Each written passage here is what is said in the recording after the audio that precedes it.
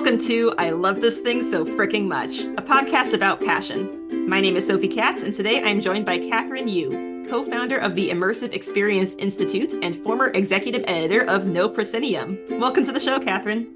I am so happy to be here. Thank you for the opportunity. Oh, you're welcome. I'm happy to have you here. So here's how this works. Kathryn will have 3 minutes to talk about something that she loves. This can be a person, place, thing, concept, activity, anything she wants. Our only requirement is that she loves it wholeheartedly and wants to tell us why. Are you ready, Kathryn? I better be ready. All right, got my timer here. Now, what do you love so freaking much?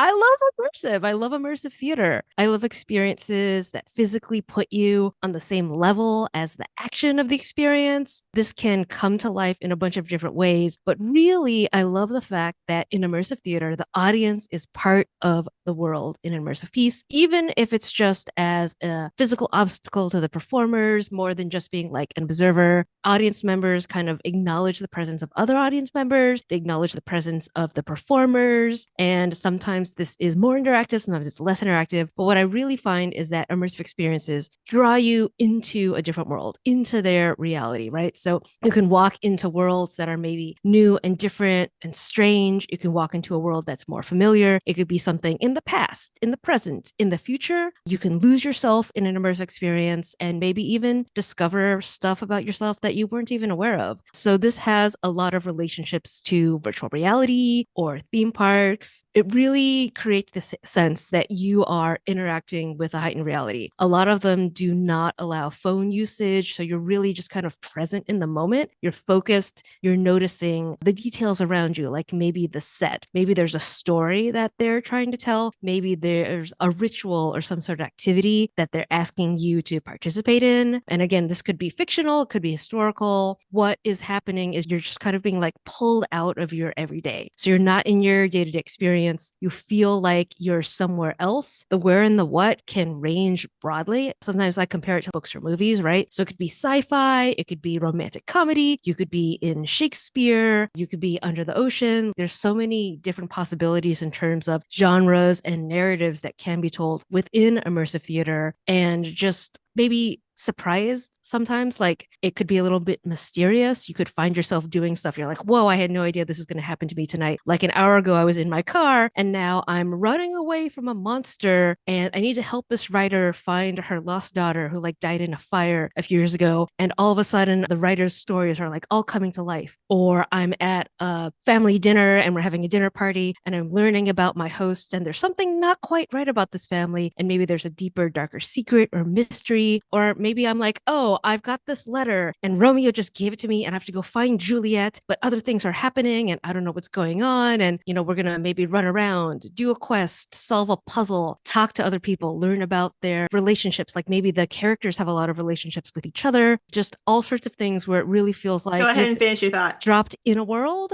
you are present in that world, and what you do matters in that world. That's awesome. Thank you for telling us about immersive theater today.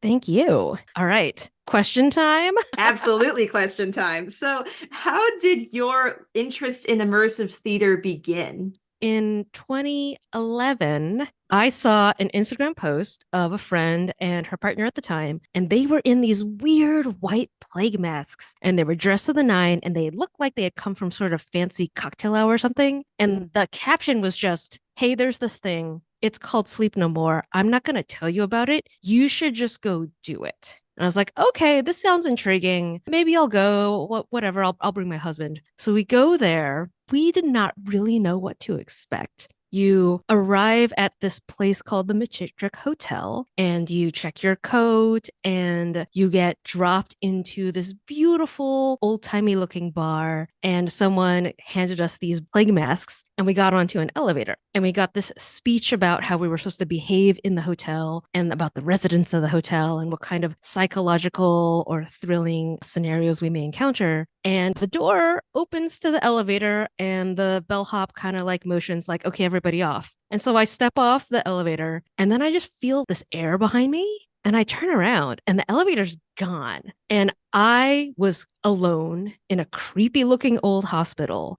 And there were a bunch of other people with these bird masks walking around, and everyone's silent because you're not allowed to talk and you're not allowed to use your phones. And then I saw a performer walking around, and I was like, what is going on? What is this? Fast forward to the very end, my husband finds me and is like, so they separated us. They did not want us to stick together. This is actually like a trick the show does to get you to explore. So we were purposefully separated, dropped into this world that was a mashup of Shakespeare. A lot of the story is pulled from Macbeth, but some of it is also pulled from Hitchcock and Hitchcock's Rebecca. And there's these other film noir influences. And it's a dance based performance. And it also happens in this 6-story fake hotel. And so you're walking around, you're opening drawers, you're reading letters, you see performers, you can follow the performers. So it's this like kind of a waking dream. It's all very mysterious. You're going to see things that different each time. So the stuff I saw was different than the stuff my husband saw. And immediately after, I was like, oh my God, we need to bring this friend. We need to bring this other friend. And we are going to be the ones who are like, okay, we've done it. And it's not a haunted house. No one's going to grab you, but it's super cool. Just trust us. So we ended up bringing 4 other people. And throughout the years when I was living in New York, I brought coworkers visiting from another country. I brought family members. And I was like, oh, I wonder what other kinds of shows are out there.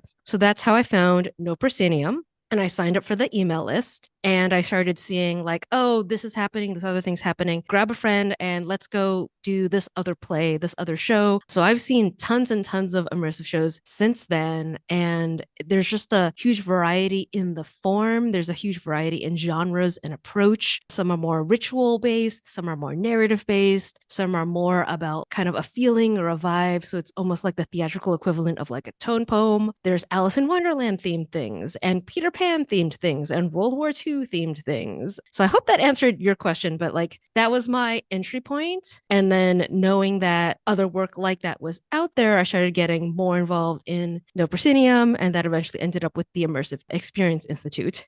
I think it's particularly funny or appropriate that you mentioned that there are Alice in Wonderland immersive shows, because when you were describing getting into that elevator and suddenly you're in another world, my brain went, she fell down the rabbit hole. Oh, totally, for sure. And the fact is that it's very sensory based. And so when you go to these shows, you might notice that a room smells musty or there's the perfume of a character. I took a design class from the folks behind Sleep No More, and they talk about their approach to set design, which is how do we make the objects and furniture, how do we make the set dressing act like a stand in for a character so you can understand their psyche when they are not around. And so you'll see them do stuff like giant chalkboard walls and phrases are written all over them, or a character who has like 100 different handwritten prescriptions and they're all stapled to the wall. And over there is like a big mound of salt and then like a deer's head. Like that's the kind of stuff that they play with where it's tactile,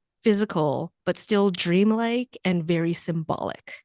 You mentioned that when people participate in immersive theater, they discover things about themselves. Can you talk a little more about that? Yeah, it's really funny. One of the first friends I brought was kind of hesitant in line as we were about to go in. She was like, this might be uncomfortable. I don't know if I'm gonna like it. And then 5-10 minutes in, I'm just kind of standing around observing the action, waiting for something to happen. And then I see a performer cross my path and he's running out of the room. And then I see my friend right behind him. And I was like, oh, you're a chaser. Like you want to be in on the action. That's super cool. And I think personally, I didn't realize that I would become a fan of dance-based performance. Like I started to see other dance-based performance after I saw this show. Other folks focus more on the person-to-person connections. Other folks focus more on the gamified stuff. And there have definitely been shows where I'm like, oh, I don't know if I'm cool enough or brave enough to do the thing that the character's asking me to do, but I'm going to suck it up. I'm going to do it anyway. And then afterwards, I'm like, whoa, I'm really glad I did that. I'm really glad I said yes to the character and I was able to find the thing, accomplish the mission, do what they were asking for.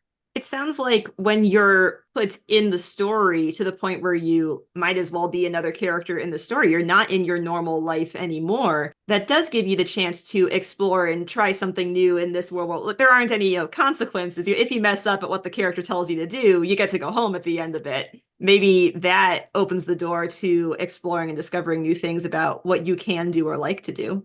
Oh, for sure. And a really, really good immersive performer, if they notice someone who's kind of getting off track or not really being engaged, can reach out to that person. And it can be as small as, will you hold this for me? Will you hold my hand? Will you help me? I need your help. And all of a sudden, someone goes from like leaning back as an audience member to leaning forward. And so there's kind of a dialogue between the audience member and the work itself, which is really powerful. It speaks to the fact that a lot of people who love this stuff grew up on games, who love that amount of interactivity, and it makes you feel seen. It makes the experience feel more personal. And I think it's also really, really rewarding for the performers to find someone who's maybe a little closed off and be like, hey, are you willing to open yourself up to this world, to this story, to this character I'm playing? And a lot of times the answer is yes. And that I think is just really powerful. Is there anything that you don't like about immersive theater? And if so, how do you handle that? It's tough because these productions are often very short lived. And so I make it a point to post on my social feeds or email people and be like, hey, this thing is going to be up in Boston, Toronto, Chicago. Maybe I know someone from a different show that's working on it. Just trying to like spread the word because a thing that I hear a lot is, oh, I didn't know about that and it's already over Yeah. because a lot of these productions are labors of love. It's not a big company putting a bunch of budget behind it. It's indie artists who are saying, screw capitalism, I'm going to do this anyway. They're putting their heart and soul into it. A lot of it is low budget, but they're doing a lot with not that many resources. And so I always wish things would run longer and then more people would get to see it. And because a lot of it is location based, it's like, well, if you weren't in LA between September and November, you missed out, but maybe they'll tour or something like that. And that's actually part of the mission of the Institute is we want to create a more sustainable ecosystem so that it doesn't feel like the show goes down as soon as it comes up. We want lots of people to be interested in this work, going to this work, telling their friends about this work, and make, something that's sustainable over the long run for both fans and creators. Kathryn, thank you so much for telling us about something you love today. Thank you. This was great. And thank you, our listeners, for tuning in today. If you'd like to learn more about immersive theater or our guest, Kathryn, she gave us some great links to resources about immersive experiences that you can find in the episode description. And if you have something you love so freaking much you want to tell me all about it, consider this your invitation to join the show. I Love This Thing So Freaking Much is a production of Through the Window Media. This episode was directed and edited by Sophie A. Katz. You can find us at Through the Window on Twitter, Facebook, Instagram, or Tumblr. That is THROU the Window at all those social media sites. Be good to yourself, be kind to each other, and you'll hear from us again soon.